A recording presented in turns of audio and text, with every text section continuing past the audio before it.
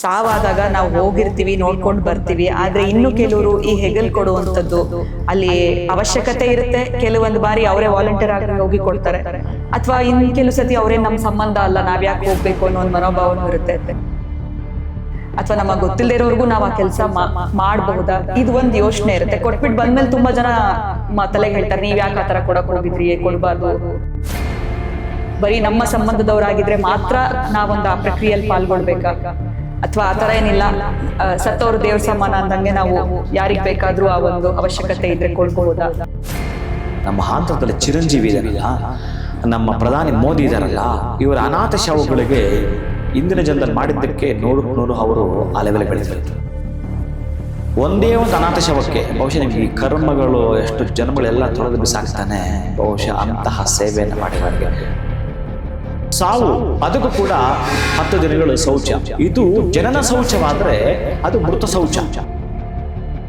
ಅನಾಥ ಶವಗಳಿಗೆ ಯಾರಾದರೂ ಕೂಡ ಸಂಸ್ಕಾರ ಮಾಡ್ತೀನಿ ಅಂತಂದ್ರೆ ಅನಾಥ ಶವ ಸಂಸ್ಕಾರಿ ಕೋಟಿ ಯಜ್ಞ ಫಲಂ ಲಭೇ ತಂತೆ. ಶವ ದರ್ಶನ ತುಂಬಾ ಶುಭ ಶುಕನ. ಶವ ಅಡ್ಡ ಬಂತು ಅಂದ್ರೆ ನೀವು ಹೋಗೋ ದಾರಿಯಲ್ಲಿ ತುಂಬಾ ಶುಭ, ಶವ ಮುಟ್ಟಿದ್ರೆ ಅಶುಭ. ಈ ನರಿಯ ಕೂಗಿದೆಯಲ್ಲ, ನರಿಯ ಕೂಗೇನನ್ನ ಕೇಳಿಸ್ಕೊಂಡ್ರು ಇನ್ನ ನೆಕ್ಸ್ಟ್ ಡೇನೆ ಸಾವು ಸಂಭವಿಸುತ್ತೆ. ನಮಸ್ಕಾರ, ಶುಭೋದಯ ಪ್ರೀತಿಯ ವೀಕ್ಷಕರೆಲ್ಲರಿಗೂ ಸಂಕಲ್ಪ ಸುದ್ದಿ ಕಾರ್ಯಕ್ರಮಕ್ಕೆ ಆತ್ಮೀಯ ಪ್ರೀತಿಯ ಸ್ವಾಗತ ಹೇಳ್ತಾ ಇರೋದು ನಾನು ಉಷಾ. ಮೊದಲನೇ ಬಾರಿ ನಮ್ಮ ಚಾನಲ್ ವೀಕ್ಷಿಸ್ತಾ ಇದ್ದೀರಾ ಅಂದರೆ ಈಗಲೇ ನಮ್ಮ ಚಾನೆಲ್ನ ಸಬ್ಸ್ಕ್ರೈಬ್ ಮಾಡಿ, ನಮ್ಮ ವಿಡಿಯೋಸ್ನ ಲೈಕ್ ಮಾಡಿ. ಇನ್ನು ಪ್ರತಿಯೊಂದು ವಿಡಿಯೋಸಲ್ಲಿ ಕೂಡ ಸಾಕಷ್ಟು ಉಪಯುಕ್ತವಾಗಿರುವಂಥ ವಿಚಾರಗಳು, ವೇದ, ಶಾಸ್ತ್ರ, ಪುರಾಣ, ಜ್ಯೋತಿಷ್ಯ, ವಾಸ್ತು, ಯಾವುದೇ ರೀತಿಯಾಗಿರುವಂಥ ಸಮಸ್ಯೆಗಳಿದ್ದಲ್ಲಿ ಸರಳವಾಗಿರುವಂಥ ರೆಮಿಡೀಸ್ನ ತಿಳಿಸ್ಕೊಡುವಂಥ ಸ್ಪಿರಿಚುವಲ್ ಗುರು ಡಾಕ್ಟರ್ ವಿಷ್ಣುದತ್ತ ಗುರುಜಿಯವರಿದ್ದಾರೆ.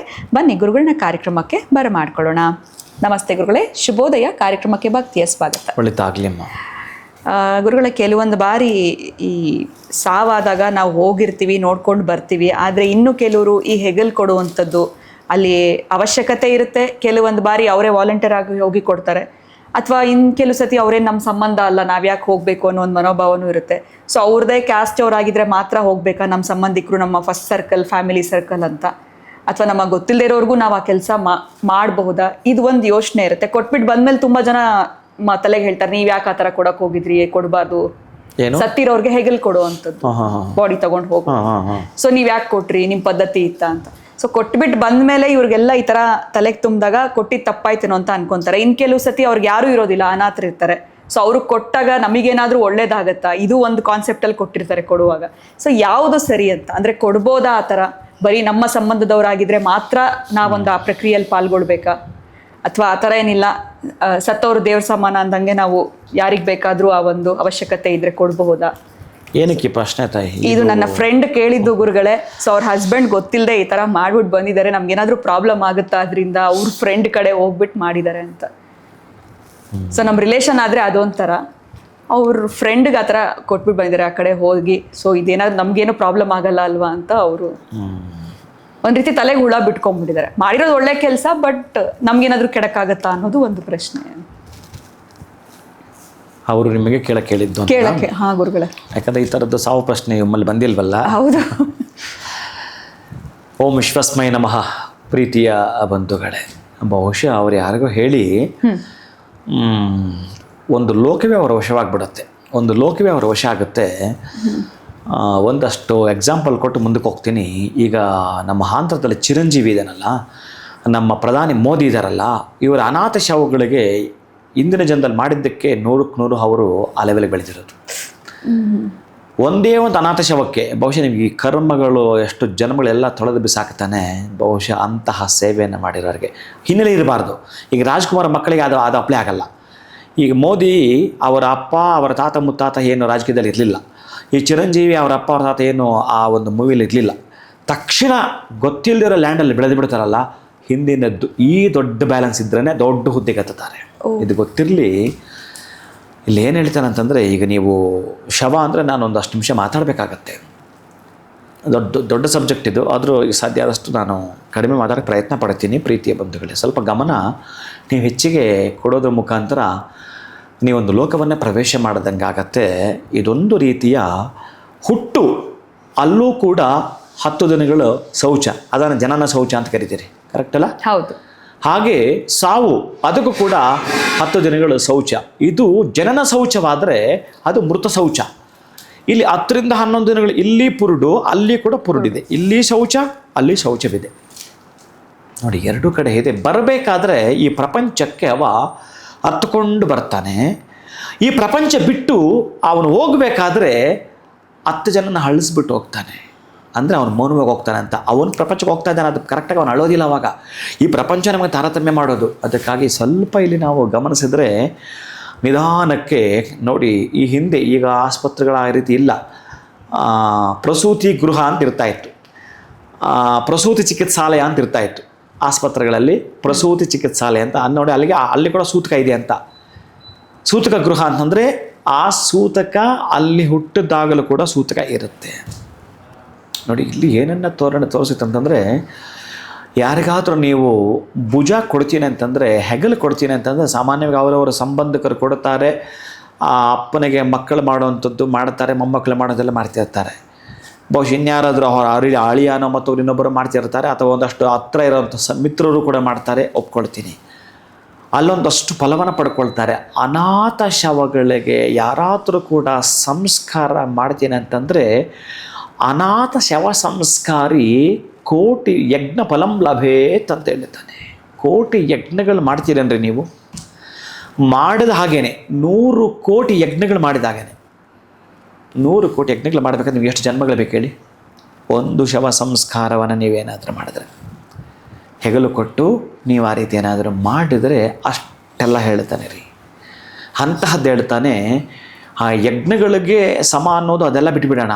ಇನ್ನೊಂದು ಜನ್ಮಕ್ಕೆ ಅವನು ರಾಜನಾಗೇನೆ ಹುಟ್ಟುತ್ತಾನೆ. ಇನ್ನೊಂದು ಜನ್ಮಕ್ಕೆ 100ಕ್ಕೆ 100 ಈ ಜನ್ಮದಲ್ಲಿ ಅವನಿಗೆ ಅವಕಾಶ ಇಲ್ಲ ಅಂತಂದರೆ, ಈಗಿರ್ತಕ್ಕಂಥ ಹೆಂಡತಿ ಮಕ್ಕಳು ಮತ್ತು ಇವನ ಕುಟುಂಬಸ್ಥರು 100ಕ್ಕೆ 100 ಎಲ್ಲೊಂದು ಕಡೆ ಮನೆಯಲ್ಲಿ ಇದ್ದವರು ಸ್ವಲ್ಪ ರೆಡಿಯಾಗಿ ಟ್ರಿಪ್ ಹೊರಗಡೆ ಹೋದ್ರೆ ಹೆಂಗಿರ್ತಾರೆ, ಎಲ್ಲ ಎಷ್ಟು ಆನಂದವಾಗಿ ಹೋಗ್ತಾರೆ, ಆಗಿರ್ತಾರೆ ಮತ್ತೊಂದು ಇವರಲ್ಲಿ ಇಷ್ಟು ಜನ. ಅಷ್ಟು ಅದ್ಭುತವಾಗಿರುತ್ತಾರೆ. ಅನಾಥ ಶವಕ್ಕೆ ಸಂಸ್ಕಾರವನ್ನು ನೀವೇನಾದರೂ ಮಾಡ್ತೀನಿ, ಹೆಗಲು ಕೊಡ್ತೀನಿ ಅಂತಂದರೆ, ಇನ್ನು ಹೆಗಲು ಕೊಡೋದಿದೆಯಲ್ಲ, ಒಂದು ಮಾತು ಹೇಳ್ತಾನೆ ಇಲ್ಲಿ,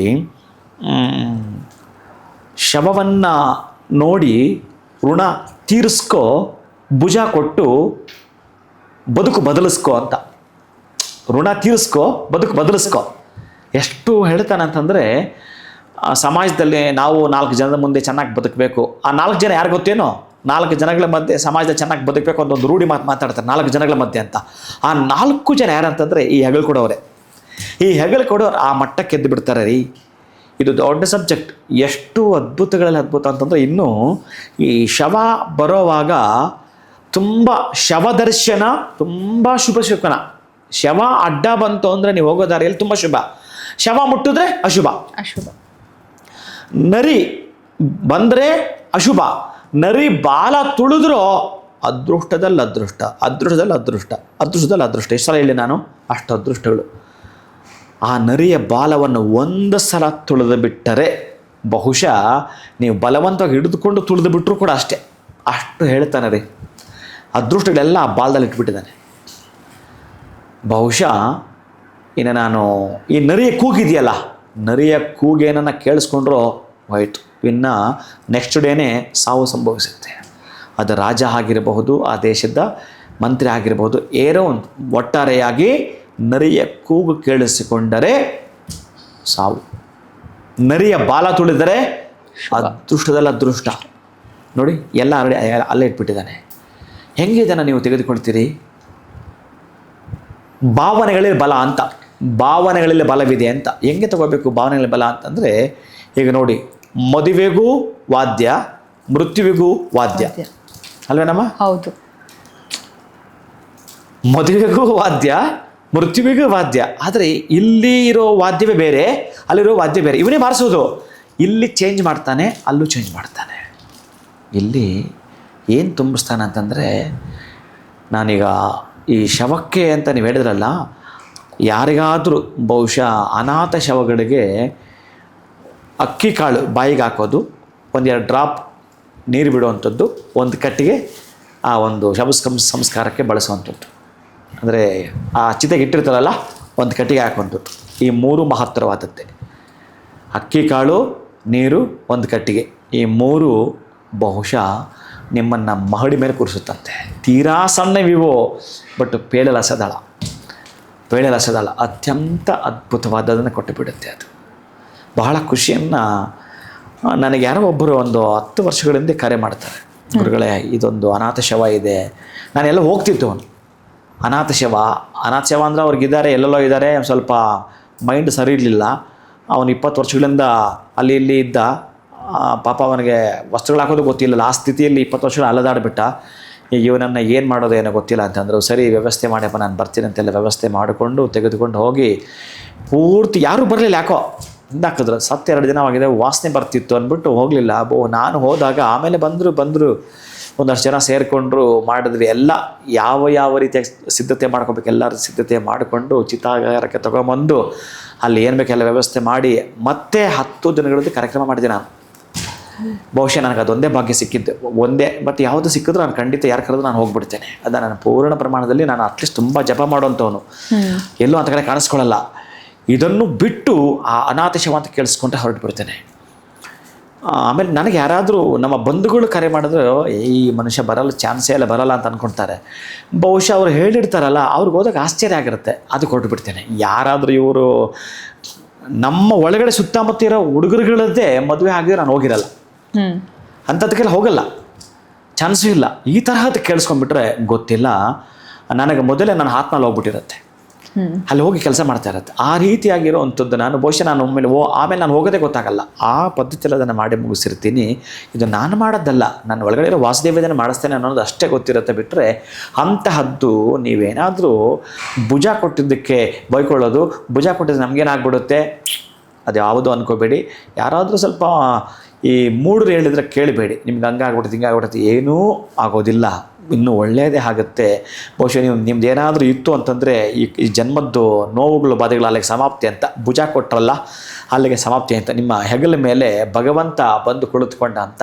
ಯಾಕೆ ಅಂತಂದರೆ ಇಲ್ಲಿರ್ತಕ್ಕಂತಹದ್ದು ಶರೀರ ಆನಂತರವೇ ಆರಾಧನೆಗೆ ಒಳಗಾಗೋದು. ಇಲ್ಲಿರ್ತಕ್ಕಂತಹ ಜೀವ ಇದೆಯಲ್ಲ, ಆವಾಗ ನೀವು ಆರಾಧನೆ ಮಾಡಬೇಕಾಗಿಲ್ಲ. ಇದಕ್ಕೆ ಪ್ರಾಣ ಪ್ರಯಾಣ ಮಾಡಿದ ಮೇಲೆ ಆನಂತರ ಇದಕ್ಕೊಂದು ಆರಾಧನೆ ಮಾಡೋದಿದೆಯಲ್ಲ, ಆ ಕೊನೆಯದು ಅದು ಮಹತ್ತರವಾಗಿರೋ ಆರಾಧನೆ. ಅದನ್ನು ಮಾಡಿದವರಿಗೆ ಮಾತ್ರವೇ ಅತ್ಯಂತ ಅನುಭೂತಿಯನ್ನು ಪಡೆದುಕೊಳ್ಳುತ್ತಾರೆ. ಅದರಲ್ಲೂ ಅನಾಥ ಶವಕ್ಕೆ ನಾನು ಹೇಳೋದು ಬೇಡ, ಅಂತಹದ್ದನ್ನು ಶಕ್ತಿಯನ್ನು ಪಡ್ಕೊಂಡ್ಬಿಡ್ತೀರಿ ಪ್ರೀತಿಯ ಬಂಧು. ಸೊ ಇದೊಂದು ಅನುಮಾನ ನನ್ನ ಸ್ನೇಹಿತೆ ಕಾಡ್ತಾ ಇತ್ತು, ಎಲ್ಲೋ ಒಂದು ಕಡೆ ಈ ಥರ ಭುಜ ಕೊಟ್ಟು ಬಂದಿರೋದ್ರಿಂದ ನಮಗೆ ಸಮಸ್ಯೆಗಳಾಗತ್ತೇನೋ ಅಂತ. ಬಟ್ ಅದರಿಂದ ಇಷ್ಟು ವಿಚಾರಗಳು ಅಡಗಿದೇನೋ ಅಂಥದ್ದು ಗೊತ್ತಿರಲ್ಲ ಗುರುಗಳೇ. ಭಾಳ ಅದ್ಭುತವಾಗಿ ನೀವೊಂದು ಮಾತು ಕೂಡ ಹೇಳಿದ್ರಿ, ಶವನ ನೋಡಿ ಋಣ ತೀರಿಸ್ಕೊ, ಹೆಗಲು ಕೊಟ್ಟು ಬದುಕು ಬದಲಿಸ್ಕೊ. ಎಷ್ಟು ಅದ್ಭುತವಾಗಿರುವಂಥ ಮಾತು. ಅದ್ರ ಜೊತೆ ನನಗೆ ಇನ್ನೊಂದು ಉದಾಹರಣೆ ಕೊಟ್ರಿ, ಭಾವನೆಗಳಿಗೆ ಇರುವಂಥ ಬೆಲೆ ಅಂತ. ಆ ಒಂದು ವಾದ್ಯದಲ್ಲಿ ಎಷ್ಟು ಅರ್ಥ ಇದೆ, ನೀವು ಹೇಳಿದ್ಮೇಲೆ ಹೌದಲ್ವಾ ಅಂತ ಅನಿಸುತ್ತೆ ನಮಗೆ. ತುಂಬ ವಿಚಾರಗಳನ್ನು ಈ ಒಂದು ವಿಡಿಯೋ ಮುಖಾಂತರ ತಿಳ್ಕೊಳ್ಳೋದಕ್ಕೆ ಅವಕಾಶ ಆಯಿತು ಗುರುಗಳೇ. ಇದ್ರ ಬಗ್ಗೆ ನಮಗೆ ಮಾಹಿತಿ ಕೊಟ್ರಿ. ಇನ್ಯಾರಾದರೂ ಅದ್ರ ಬಗ್ಗೆ ಯೋಚನೆ ಮಾಡ್ತಿದ್ರೆ, ತಪ್ಪು ಕಲ್ಪನೆಗಳು ಇಟ್ಕೊಂಡಿದ್ರೆ ಬಹುಶಃ ಅವ್ರಿಗೂ ಕೂಡ ಇವತ್ತಿಂದ ಚೇಂಜ್ ಆಗುತ್ತೆ ಅಂತ ಅನ್ಕೊಳ್ಬೋದು. ಇನ್ನು ಒಂದು ಅನಾಥ ಶವಗಳನ್ನು ಸಂಸ್ಕಾರ ಮಾಡೋದ್ರಿಂದ ನಮ್ಮ ಜೀವನದಲ್ಲಿ ಏಳಿಗೆಯನ್ನು ಹೇಗೆ ಕಾಣಬಹುದು ಅನ್ನೋದ್ರ ಬಗ್ಗೆ ಕೂಡ ತಿಳಿಸ್ಕೊಟ್ಟಿದ್ದೀರಾ. ಧನ್ಯವಾದಗಳು, ನಮಸ್ಕಾರ. ಹರೇ ಶ್ರೀನಿವಾಸ. ಇವತ್ತಿನ ವಿಡಿಯೋನ ಮುಗಿಸೋವಂಥ ಸಮಯ ಆಗಿದೆ. ನಮಸ್ಕಾರ.